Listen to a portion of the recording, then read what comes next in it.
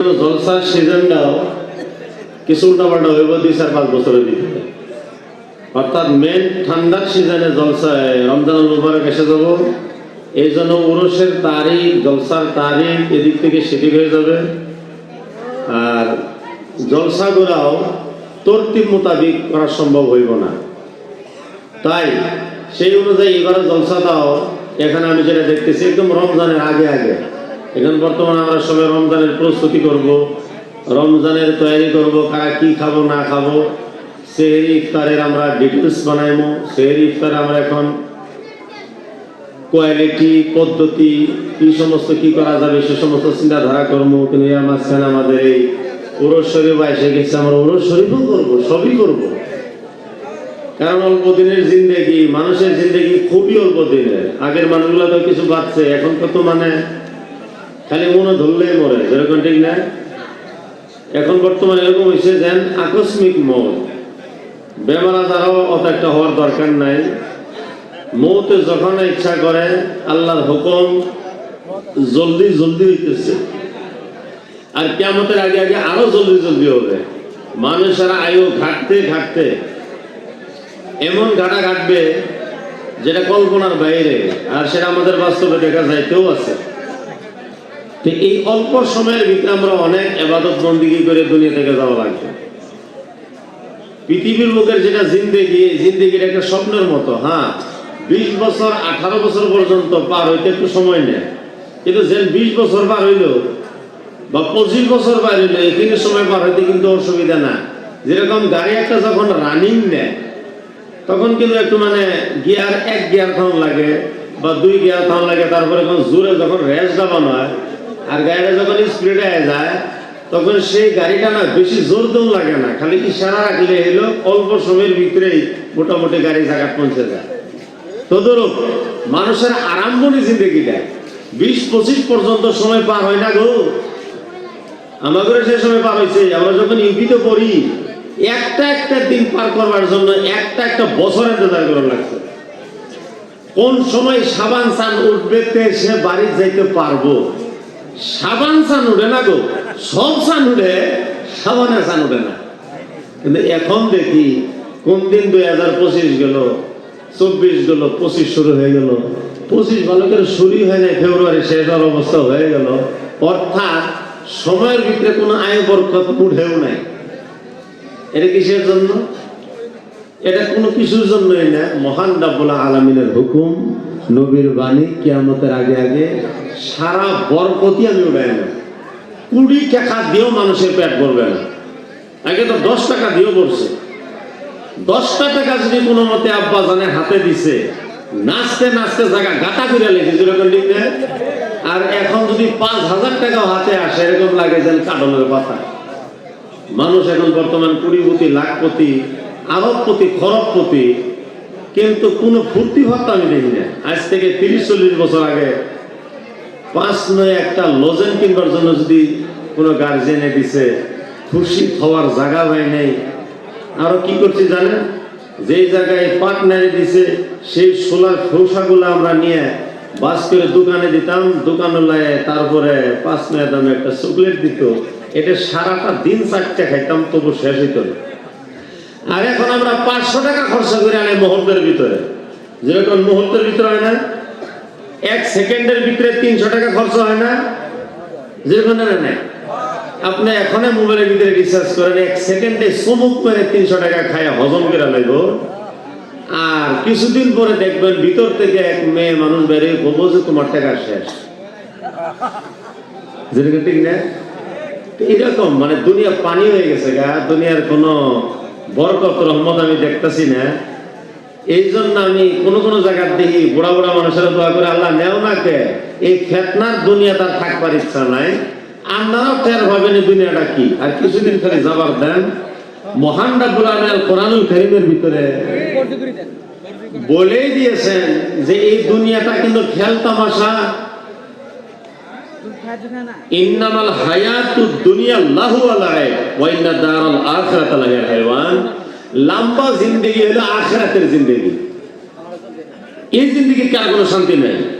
যতই টাকা পয়সা লাখপতি, কোটিপতি, আরবপতি, খরবপতি তুমি অধিকারী হয়ে থাকো, সম্ভবই না। মানুষের 2টা বিয়ে করে দেখছে, 3টা বিয়ে করে দেখছে, 4টা বিয়ে করে দেখছে, 1টা বিয়ে করে দেখছে, আরো কত কিছু করে দেখছে। সবার কাছ থেকে আমি রেজাল্ট পাইছি, হুজুর শান্তি মোড়েও নাই, কোনো জায়গাতেই নেই। তাহলে শান্তি আছে কই? জিজ্ঞাসা করি কোরআনকে, কারণ সায়েন্সকে জিজ্ঞাসা করলে কাম হবে না, কারণ সায়েন্সে আমাদের আর দিমাগ খারাপ হয়ে পড়ছে। যেরকম সায়েন্সের দিমাগ খারাপ করছে না, এই আগে এত যাই ঝামেলা আসি না, এখন তো ধরেন এক রিসার্চ না শেষ হইতে আরেক রিসার্চ।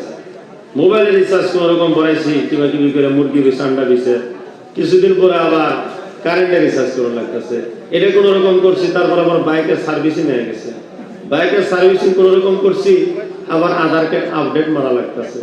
যেরকম মানুষের শান্তি আছে, তাহলে শান্তি কোন জায়গায় আছে?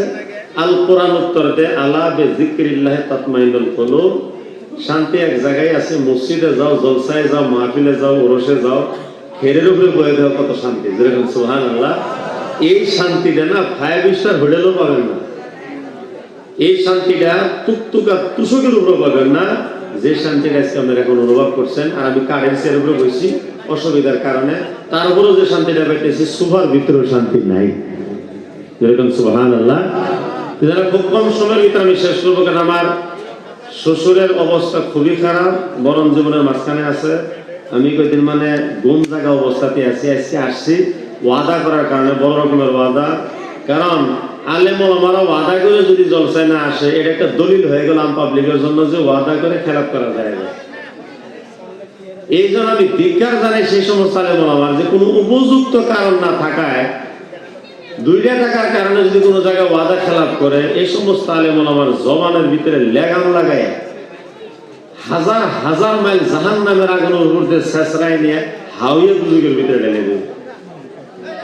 কারণ বর্তমান দিনে ইসলাম, দিনে তরিকত সমস্ত নির্ভর করে আলেম ওলামার উপরে। আলেম ওলামা ইসলামকে ব্রহ্মপুত্র তো ভালো হবে, সাগরও ভালো হবে, নদীতেও, খালেও, বিলেও, পুকুরেও বা সম্মানিত করতে পারে। যেরকম ঠিক না, কোন আলেমের যদি কোনো কল রেকর্ডিং মোবাইলের ভিতরে বাজে, এর মতন খারাপ কথা আছে?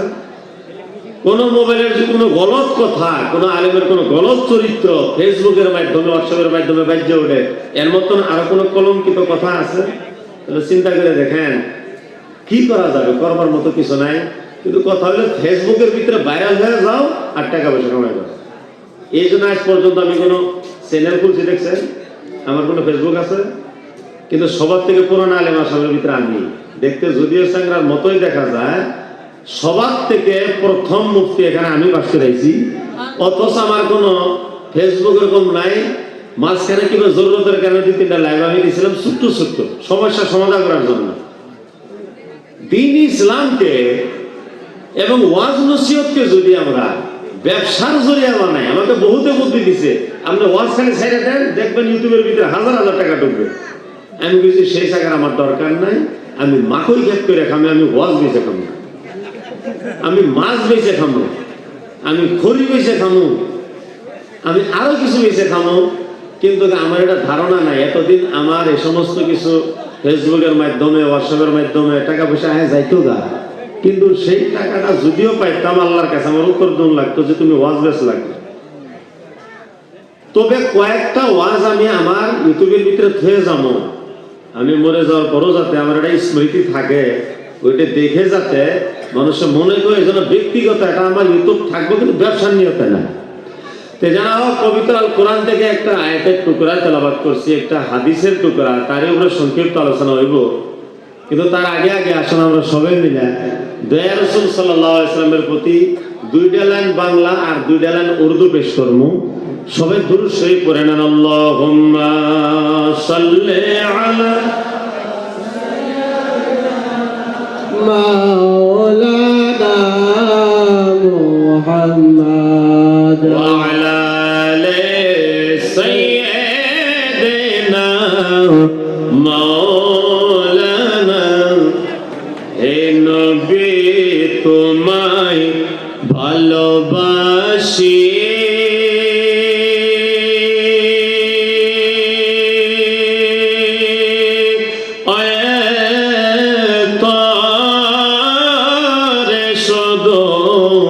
মুখে না জন্নতের আশায় নয় হে রাসূল, জাহান্নাম কেউ ডরে নাই। জন্নতের আশায় নয় হে রাসূল, জাহান্নাম কেউ ডরে নাই। चमक तुझसे पाते हैं सब पाने वाले, मेरा दिल भी चमका दे चमकाने वाले। सो एक बार चिल्लाए कौन मरहबा, आरो जोरे कौन मरहबा। बरसता नहीं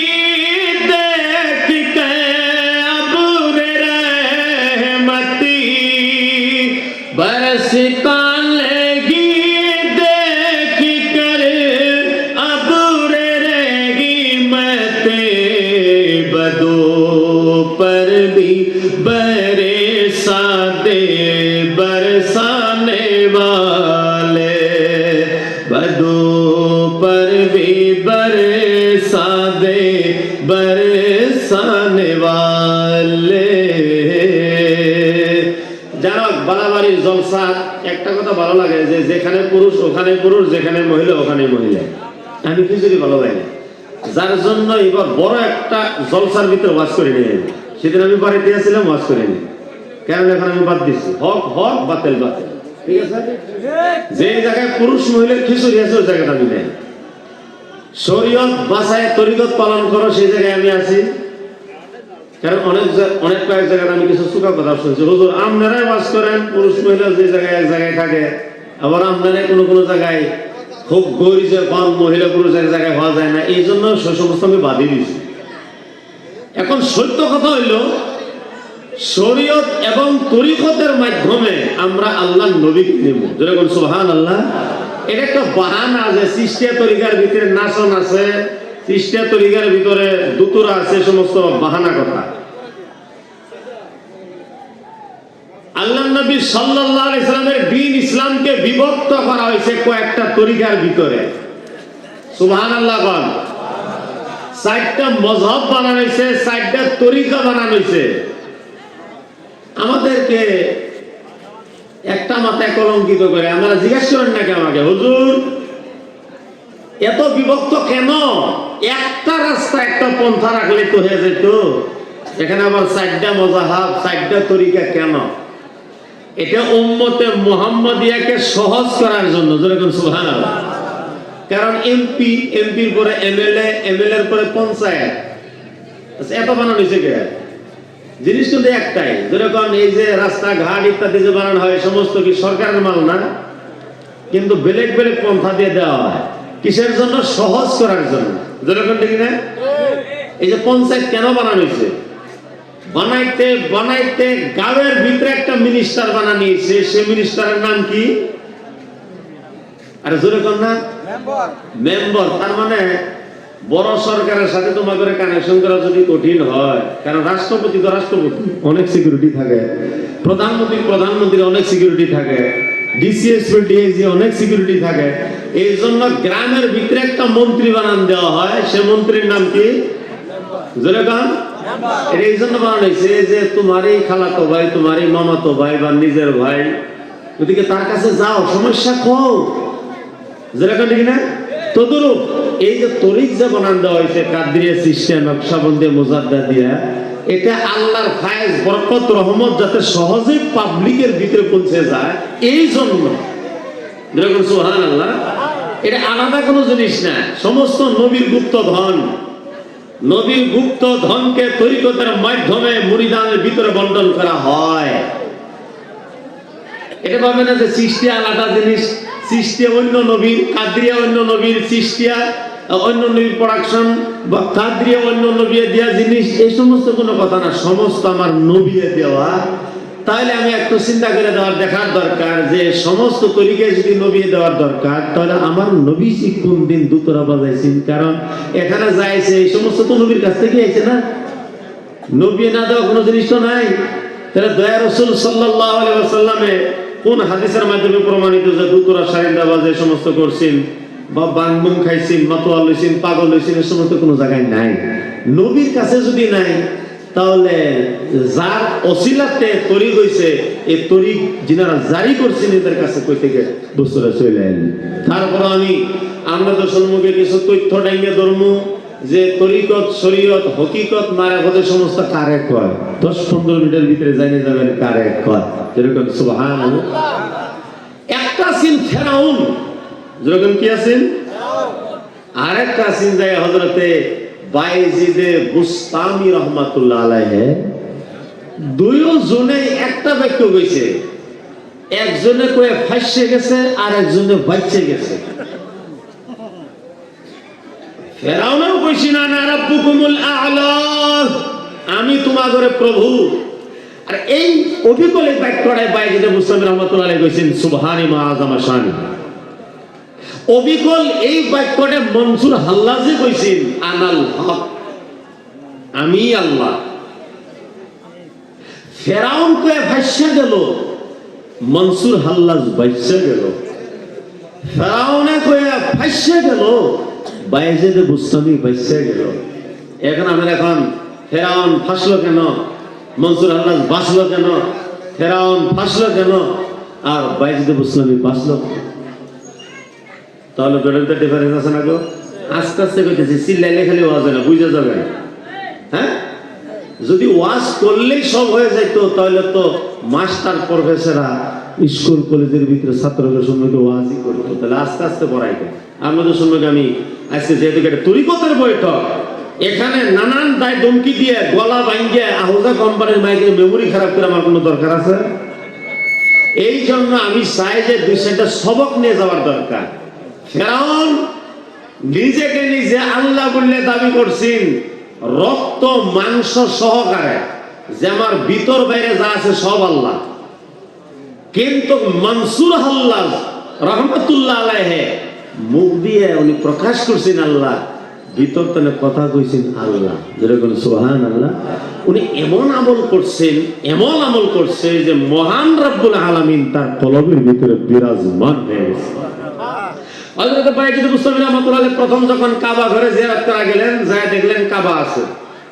দ্বিতীয়বার যায় দেখে কাবা নাই, কাবাওয়ালা আছে। তৃতীয়বার যায় দেখে কাবাও নাই, কাবাওয়ালাও নাই। এখন দেখেন 3টা কথা কইছি আমি।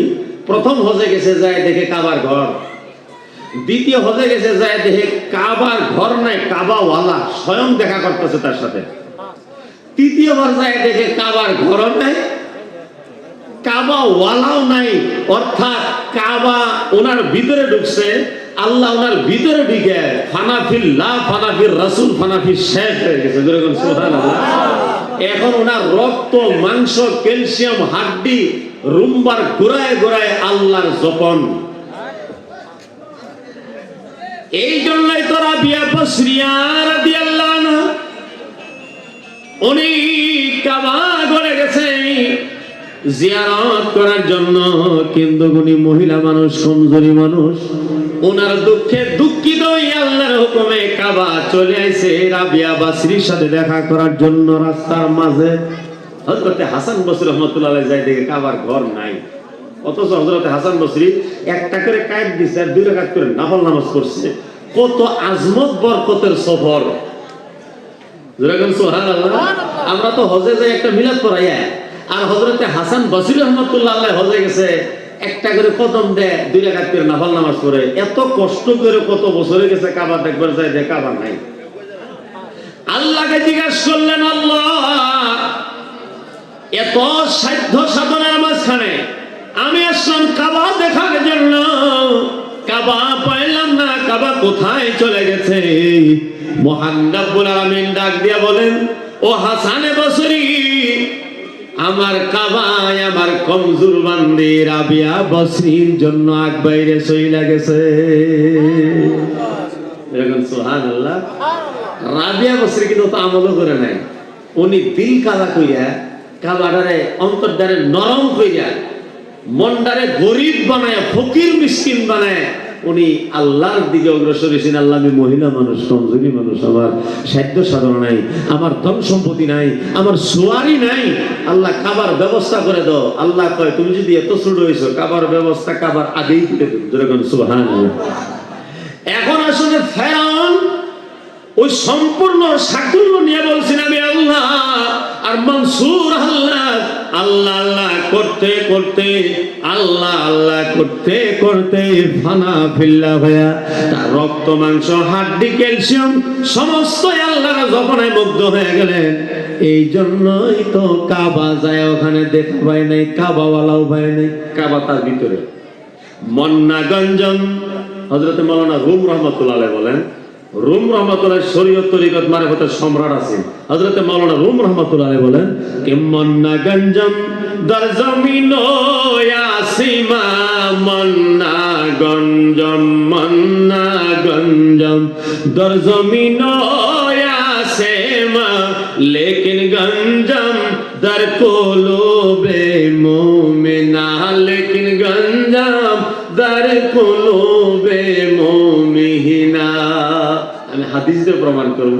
মাওলানা রুম রহমাতুল্লাহ আলাইহি বলেন যে মহান রব্বুল আলামিনের কুদরতি আসন পৃথিবী আসমান জমিন কিছুই কুলায় নাই, যেখানে যায় ওখানে ছোট পড়ে।